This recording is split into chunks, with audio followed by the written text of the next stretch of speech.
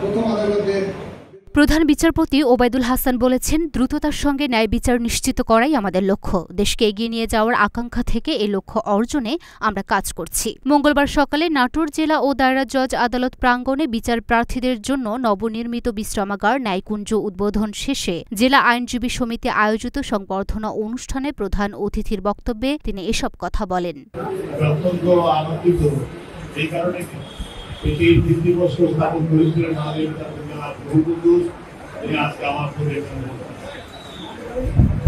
নাটোর জেলা ঐতিহ্যবাহী জেলার অনেকবার খুব বড় না হলেও এখানকার মানুষ তাদের প্রতিদিনকার বিচারিক কার্যক্রম তারা আপনার কাছে মামলা সেই মামলা থেকে তাদের এখানে হাজিরা দেওয়া, সাক্ষী দেওয়া বা বিভিন্ন কারণে যখন করে আসেন এই কোর্ট প্রাঙ্গণে বিশ্রাম নেওয়ার কোনো জায়গা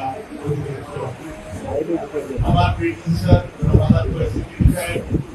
এই বিষয়টি প্রথম চিন্তা করেন এবং তিনি মাননীয় প্রধানমন্ত্রী নজরে আনতে করে সারা বাংলাদেশের 64টি জেলায় একটি করে বিশ্রামাগার নির্মাণ করার প্রজেক্ট সারা বাংলাদেশে প্রায় 25 কোটি টাকা করে আমাদের 64টি জেলায় 64টি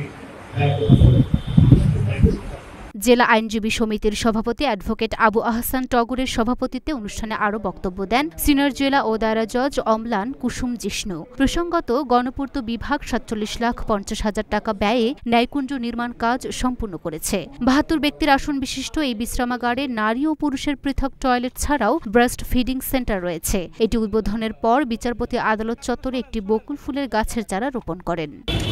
লুনা ফেজনিপার, ঢাকা পোস্ট।